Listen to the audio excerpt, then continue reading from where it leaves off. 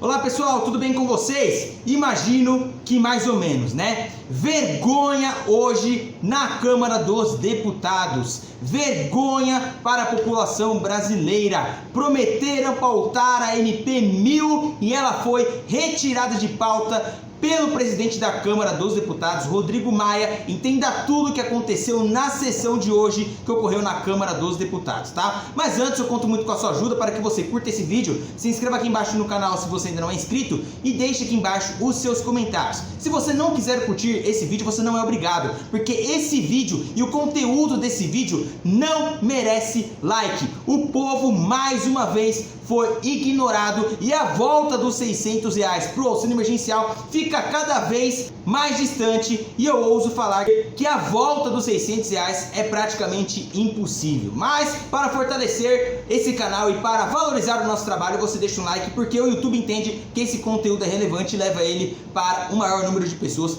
possíveis, tá? Então olha só, hoje estava prevista na sessão da Câmara dos Deputados a pauta da medida provisória de número 1000. Todos estavam na expectativa e eu vou explicar para vocês amanhã de manhã em detalhes, tá? Mas eu vou explicar para vocês rapidamente aqui o que aconteceu. Olha só, o Bolsonaro, na live que ele realizou ontem, ele disse que o 13º salário do Bolsa Família não seria pago esse ano. Por quê? Porque o presidente da Câmara dos Deputados foi o responsável por não pautar a MP 898/2019, que previa o pagamento do 13º salário do Bolsa Família. Então, a presidência da casa, ou seja, Rodrigo Maia, não pautou, e aí a medida provisória caducou, e para esse ano teria que ter uma outra medida, um outro projeto de lei, enfim, para o pagamento do 13º salário. Então, o Bolsonaro provocou o Rodrigo Maia. E o Rodrigo Maia, como resposta ao presidente Jair Bolsonaro, os dois trocaram farpas, um chamando o outro de mentiroso. Maia colocou em pauta a medida provisória de número 1000.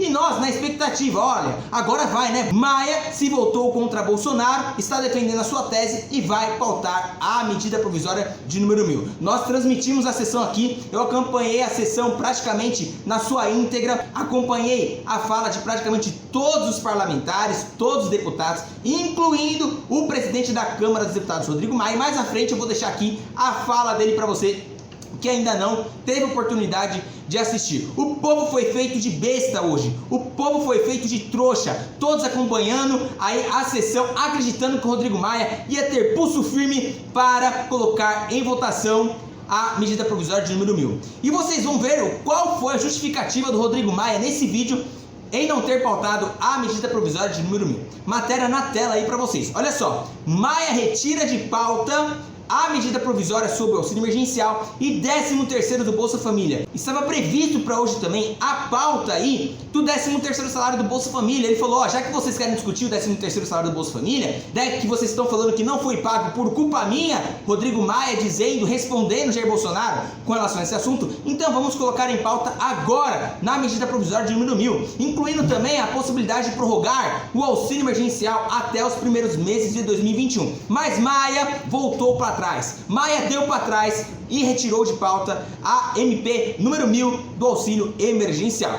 O presidente da Câmara dos Deputados, Rodrigo Maia, informou ao plenário que a MP que trata do auxílio emergencial residual não será analisada na sessão virtual, ou seja, na sessão que ocorreu hoje mais cedo. Mais cedo, o líder do governo na casa, Ricardo Barros, disse ao Congresso em Foco que Maia já havia reconsiderado o tema. Já foi resolvido esse assunto. Nada disso. MP 1000 e 13º vai à pauta. Vamos continuar com a pauta normal. E criou-se uma expectativa muito grande na população brasileira, inclusive em nós. Estava perdido e nós continuamos acreditando, né? Continuávamos acreditando, mas depois de hoje já não acredito mais. Maia resolveu pautar o projeto após o embate com o presidente Jair Bolsonaro, que o responsabilizou pelo não pagamento da 13ª parcela do benefício. Isso aconteceu e eu vou trazer mais detalhes para vocês amanhã. O governo não tem interesse em pautar a medida por temer que o auxílio seja prorrogado e ampliado para o valor de R$600.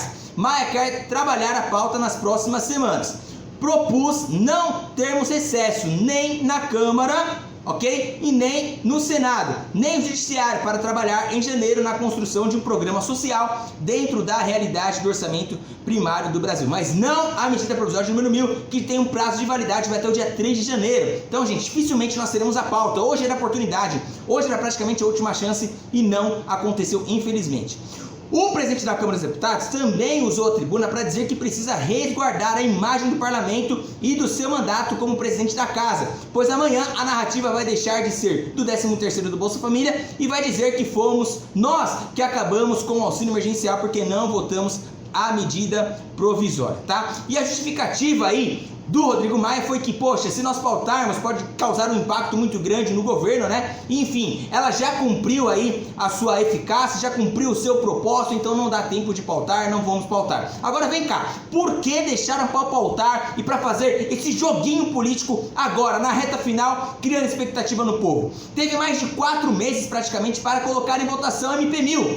E aí, o Rodrigo Maia, nessa briguinha com o Jair Bolsonaro, nesse embate, nesse entreveiro, quem sofre as consequências é o povo, ok? Então fizeram nós aí de palhaços, fizeram a gente de marionete, acreditando que nós iríamos ver hoje a votação da medida provisória de número 1000 e tudo isso não passou de uma briga política, de um embate político entre o executivo e o legislativo. E quem paga o pato? A população brasileira, infelizmente. Eu deixo aqui o meu repúdio a esse tipo de atitude e agora fala assim, Rodrigo Maia frouxo, Rodrigo Maia frouxo, porque teve oportunidade de pautar MP1000 várias vezes e não pautou. Ele nunca quis pautar MP1000.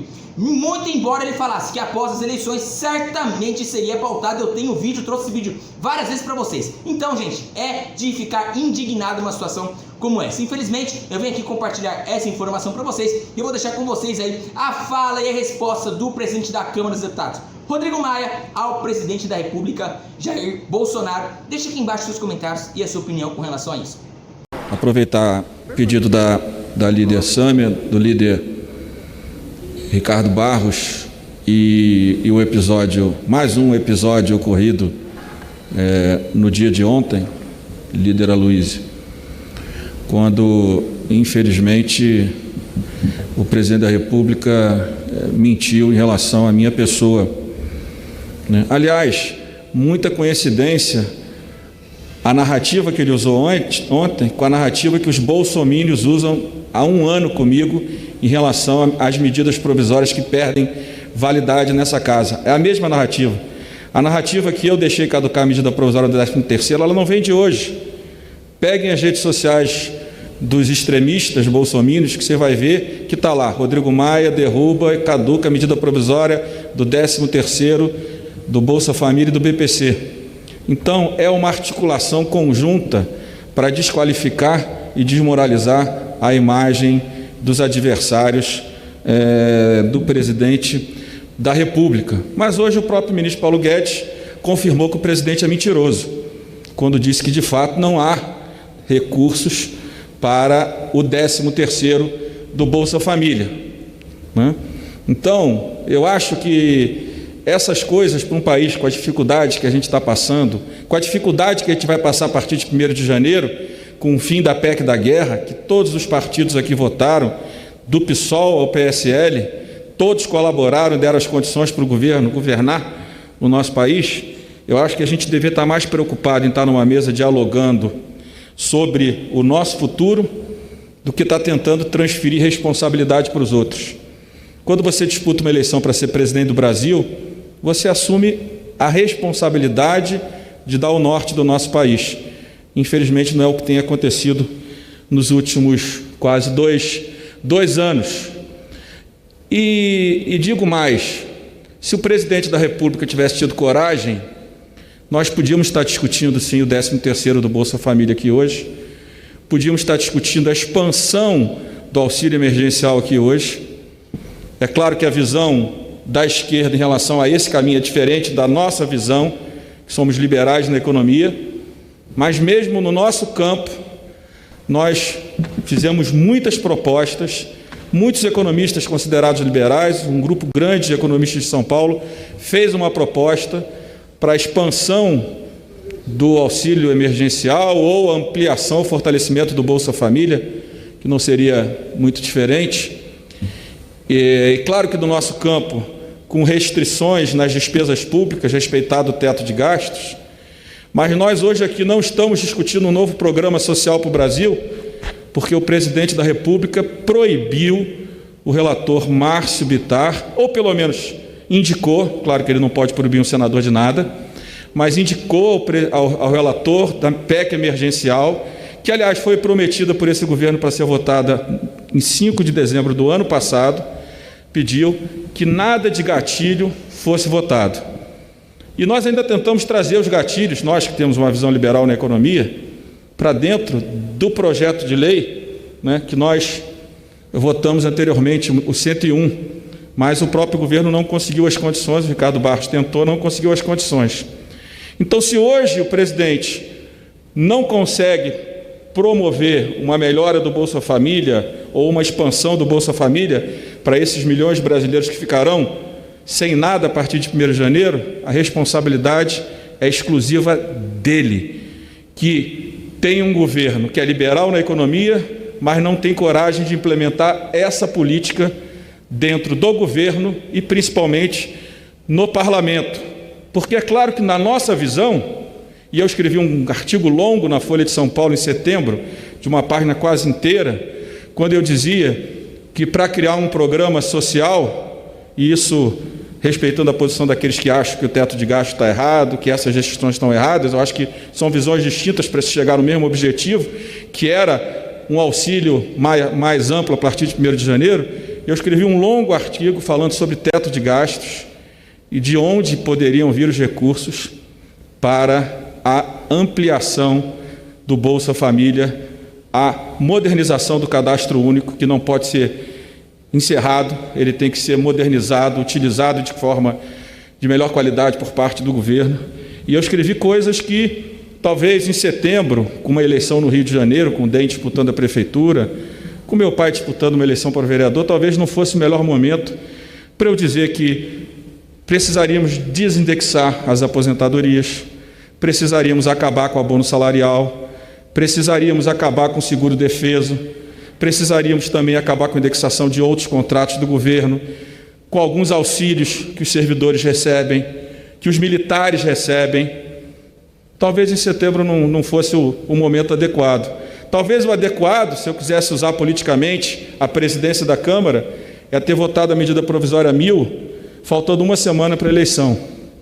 Nós sabemos qual seria o resultado dessa votação. Nós sabemos qual seria o resultado dessa votação. E eu, por responsabilidade da minha visão de Brasil e de gasto público, eu, concordando com a visão do governo, de que a medida provisória já fez os seus efeitos, e entendendo que o governo não teve a coragem de jogar a PEC emergencial do Senado no plenário para aprovar, e nem utilizar a nossa, que está aprovada desde dezembro do ano passado na CCJ, do deputado Pedro Paulo, que vai na mesma linha, né?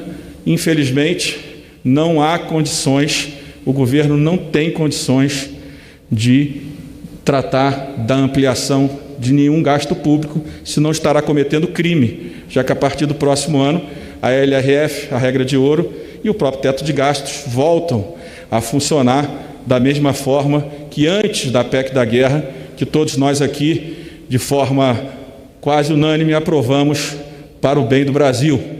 Então, eu quero deixar esse registro. É óbvio que nós queremos construir as condições para o, não vou dizer nem 13º do Bolsa Família, porque eu acho que essa não é a melhor palavra. Seria uma melhoria da transferência de renda para as atuais famílias e para novas famílias que, por essa crise, vão precisar dos recursos.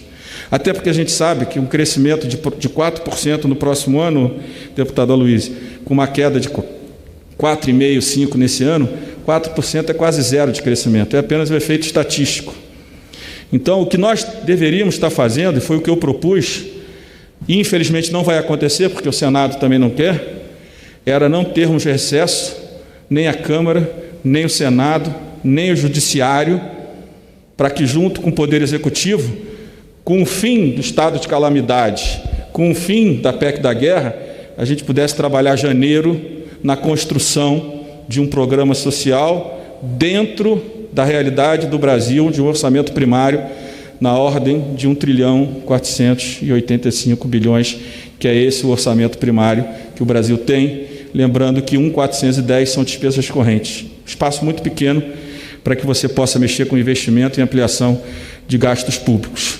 Então, eu fiz questão, líder Molon, de fazer esse registro, porque não vem de hoje as agressões convergentes do presidente e de seus aliados radicais nas redes sociais contra a minha pessoa, porque o presidente não gosta de adversários que jogam de forma aberta e transparente, né?